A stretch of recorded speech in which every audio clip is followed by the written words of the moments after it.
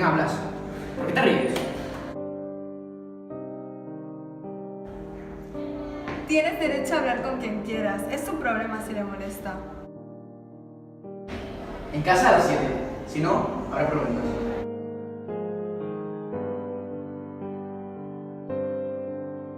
No tengas miedo, los límites los pones tú. ¿Te he dicho que te muevas? A mí no me para nadie. Ella es de mi propiedad. Estás sola.